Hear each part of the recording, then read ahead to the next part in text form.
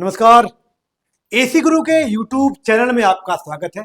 और एक बार फिर आज बहुत ही जानदार, लाजवाब और बहुत ही शानदार मैं वीडियो लेकर आया हूं दोस्तों। और आज की वीडियो में मैं आपको ये बताऊंगा कि एक ही स्प्लिट एसी से दो कमरे को ठंडा कैसे करते हैं। ये बहुत ही बेहतरीन टॉपिक है मेरी, तो मेरी वीडियो पर आप अंत तक बने रहेगा।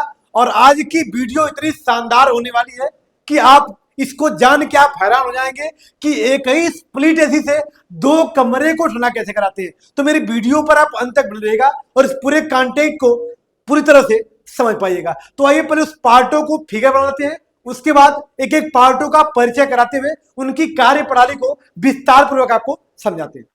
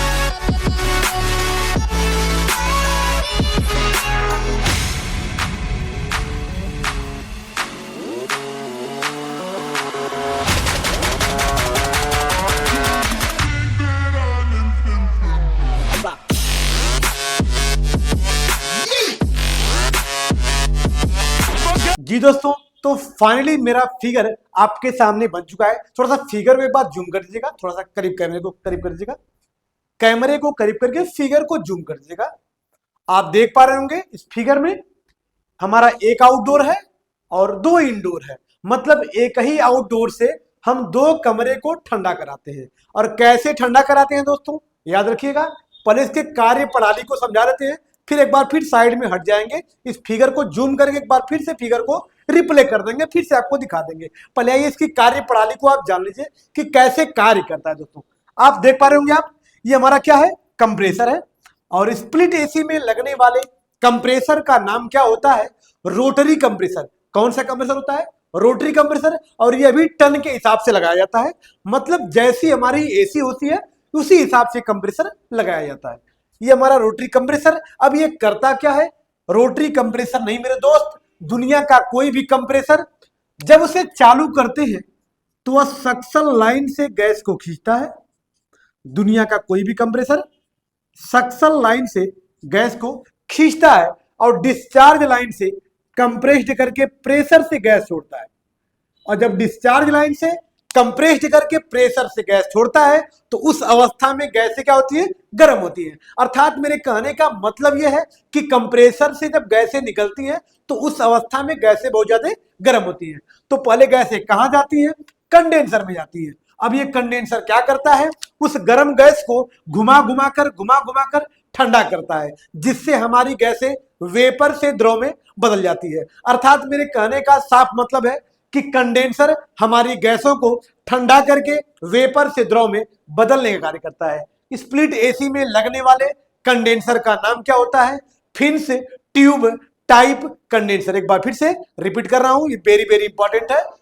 विंडो एसी या स्प्लिट एसी में लगने वाले कंडेंसर का नाम फिन्स ट्यूब टाइप कंडेंसर होता है, जो क्या करता है, हमारी गैसों को घुमा घुमा कर ठंडा करता है, जिससे हमारी गैसें आसानी से वेपर द्रव में बदल जाती है। दोस्तों, इस कंडेंसर के पीछे भी एक फैन लगा होता है जिसका नाम होता है कंडेंसर फैन, जो अपनी हवा के द्वारा इस कंडेंसर को ठंडा करता है। फिर उसके बाद गैस कहां जाती है, फिल्टर में जाती है। पार्ट नंबर 3 क्या है, फिल्टर। स्प्लिट एसी में लगने वाले फिल्टर का नाम क्या होता है, स्टेनर फिल्टर। क्या होता है, स्टेनर फिल्टर, जो कापर का बना होता है। यह करता क्या है, हमारी गैसों को फिल्टर करता है, मतलब गैसों को छानता है, शुद्ध करता है।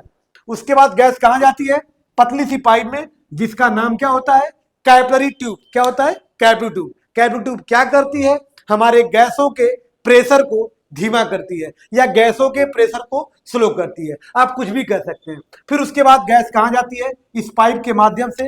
ये कौन सी लाइन होती है? डिस्चार्ज लाइन होती है। जो पतली पाइप होती है यह गैसों को लेके जाती है, जिसका व्यास 1/4 mm होता है।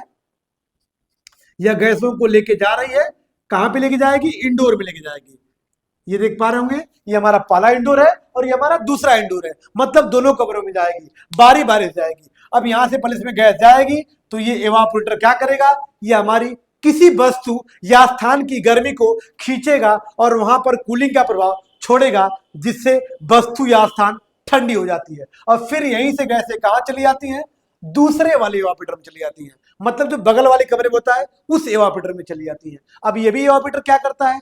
वही कार्य करता है। क्या? ये भी किसी वस्तु या स्थान की गर्मी को खींचता है और वहां पर अपना कूलिंग का प्रभाव छोड़ता है, जिससे वस्तु या स्थान ठंडी हो जाती है। तो मतलब दोनों की कार्य प्रणाली एक ही होती है, ये भी ठंडा करता है, ये भी ठंडा करता है। अब दोनों में अंतर क्या होता है दोस्तों? अब दोनों में अंतर ये होता है कि ध्यान रखिएगा, आपके दिमाग में कीड़ा घूम रहा होगा कि ये एवापोरेटर पहले है तो ये अधिक ठंडा करेगा, ये बाद में है तो ये कम ठंडा करेगा। ऐसा नहीं मेरे दोस्त, लगाते समय एक बात का ध्यान रखिएगा कि यहां से यहां की दूरी ज्यादा नहीं होनी चाहिए, 1 से 1.5 फीट होनी चाहिए, ताकि दोनों एवापोरेटर एक साथ मैनेज हो सके, मतलब दोनों में गैसों का प्रेशर एक समान जा सके। अगर यहां से यहां की दूरी अधिक कर देंगे तो ये वाला जो पहला एवापोरेटर होगा ये अधिक काम करेगा, दूसरा वाला एवापोरेटर कम काम करेगा। और फिर इस सक्शन लाइन के माध्यम से गैसें फिर कहां चली आती हैं?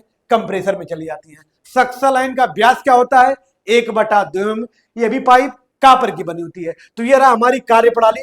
लेकिन इस इंस्टॉलेशन में, इस एसी को लगाने में दो बातों का ध्यान रखिएगा मेरे दोस्त। दो बातें कौन कौन सी होंगी? बातें नंबर 1 कि एक एवापोरेटर से दूसरे एवापोरेटर की दूरी ज्यादा नहीं होनी चाहिए, दूरी कम होनी चाहिए, अन्यथा पहला एवापोरेटर अधिक काम करेगा, दूसरा एवापोरेटर कम काम करेगा। अब अधिक दूरी का मतलब क्या बताना चाह रहे हैं? जब दोनों कमरों में लगाइएगा, अगल बगल कमरे में लगाइएगा, तो उन दोनों कमरों की दीवारें एक होनी चाहिए।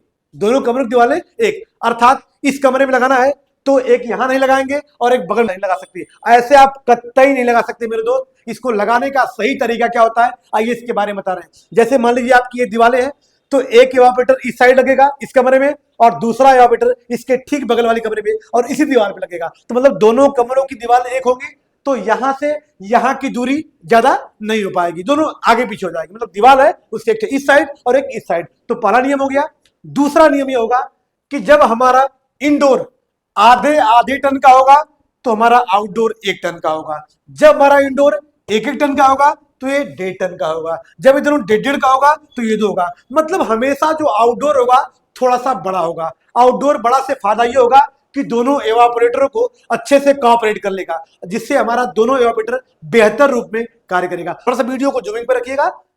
तो दोस्तों ये रहा हमारा एक आउटडोर से 2 इंडोर को चलाने की विधि, मतलब एक ही स्प्लिट एसी से 2 कमरे को ठंडा करने की ये विधि है। तो यदि मेरी वीडियो आपको अच्छी लगी हो या मेरे चैनल पे आप नए हैं तो चैनल को लाइक, सब्सक्राइब और बेल आइकन दबाना न भूलिएगा, ताकि ऐसी ऐसी बेहतरीन ब्लॉकबस्टर वीडियो अपलोड हो तो सबसे पहले आप तक पहुंच सके। फिर मिलते हैं नेक्स्ट वीडियो के साथ, तब तक के लिए धन्यवाद दोस्तों।